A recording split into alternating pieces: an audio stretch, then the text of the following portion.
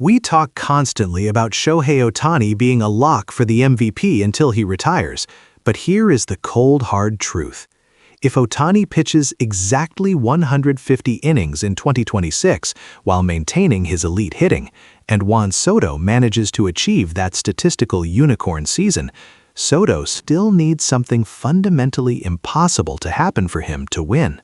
This is 618 Radar, diving deep into the seismic shifts of the National League that nobody else is preparing for.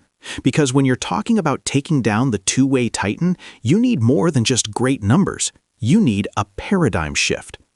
Let's be honest, the very idea of anyone challenging Ohtani for the MVP in a fully healthy two-way season in 2026 feels like sports blasphemy. Yet here we are, staring down the barrel of a compelling argument being made by figures like Grant Young.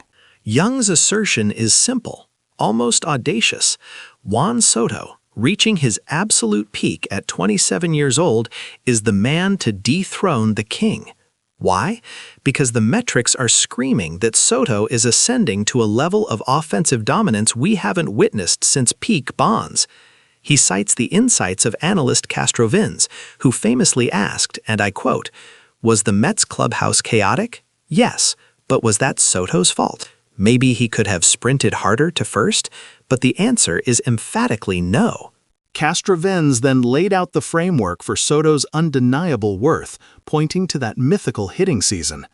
He is only the third player ever in MLB history, and the first this century, to achieve that almost mythical 40 home runs, 100 RBIs, 100 walks, 100 runs, and 30 stolen bases line. Yes, his defense might still be a drag, but when patience and power merge at age 27, there is no logical reason why he cannot win the MVP. This isn't just about raw slugging power. It's about a comprehensive offensive arsenal. We saw a glimpse of this in 2025 when Soto reportedly had a career-high 38 stolen bases and finished a respectable third in the MVP voting, even with Ohtani dominating the narrative. This is the foundation. Soto is not just walking 120 times. He's turning those walks into value on the base paths at an elite clip. He is disrupting the game in three phases of offense: getting on base, hitting for power, and manufacturing runs through speed. The argument is that this combined offensive profile, this sheer gravitational pull on the pitcher's focus, may finally outweigh even Ohtani's singular presence. But let's pause and introduce the brutal reality. Our deep dive specialist, Dr. Kenji Tanaka, always cuts straight to the point, and his counter-argument is the central challenge here. As Tanaka says, you cannot measure Ohtani's value by conventional means. Realistically, we are talking about a guy who commands the equivalent value of 2 top 10 players. Look at the data. In 2026, Ohtani is projected to deliver a combined two-way WAR of 9.5, assuming 150 innings pitched. Soto, even with the 40, 100, 130 season, is likely topping out around 8.5 WAR. Unless Ohtani throws his arm out again, anyone else winning is pure fantasy. The gap is too large. And Tanaka has a point. When Ohtani is healthy, the two-way factor is an insurmountable mountain.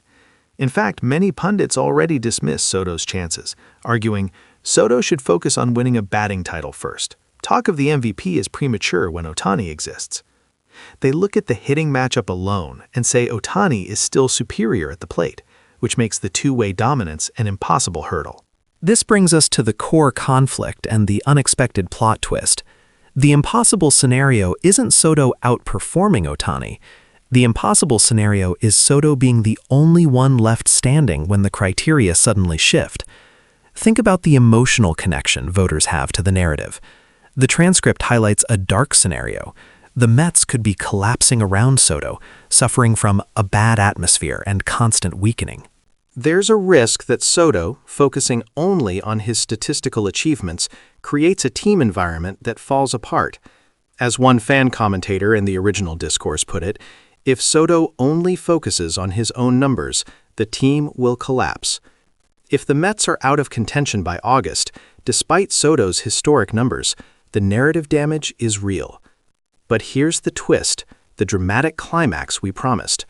The only way Soto wins in 2026 is if two things align perfectly. First, the incredible statistical performance. Let's lock in that 40, 100, 130 season. Second, and crucially, Ohtani must not suffer an injury, but instead the voters must experience severe Ohtani fatigue when the gap is razor thin. Imagine Ohtani throws 150 innings, but his pitching effectiveness dips slightly, maybe a 3.50 ERA instead of a sub-3, or his hitting is just a shade below his peak, delivering a total WAR of 9.0. Soto, meanwhile, has transcended his defensive issues and has generated an 8.5 WAR season. The difference is marginal. This is where the narrative shifts. Voters might decide, for the first time since Ohtani became a two-way star, that they are going to segment the award and recognize the absolute pinnacle of offensive mastery in the National League. It's a psychological vote. They are voting for the greatest single-category performance, not necessarily the highest accumulated WAR. It's an acknowledgement that a walk is only equal to 2 home runs in value if the team context supports the run creation. If the Mets manage to sneak into the playoffs, leveraging every single one of those 100 walks into runs, and the Dodgers, despite Ohtani's brilliance, have another superstar like Freddie Freeman or Mookie Betts splitting the offensive spotlight, the vote could fracture. The necessary, impossible condition is the voters deciding they want to recognize the highest offensive isolated value, breaking the unbreakable dominance of the two-way player in a close race. It's not Ohtani's fault. It's just the nature of prolonged dominance sometimes inviting a counter-narrative. It will be the most thrilling and anxiety-inducing MVP race in a decade. If you were just tuning in and you appreciate this deep dive, intense baseball analysis that goes beyond the surface stats, do us a favor, hit that like button, share this with the skeptical Ohtani lock voter in your life, and definitely subscribe to 618 Radar for more elite baseball commentary. Now, I want to hear from you. Even if Juan Soto hits 45 home runs, do you believe the two-way reality of a fully healthy Shohei Ohtani makes the 2026 NL MVP vote completely meaningless for any other contender? Let us know in the comments below.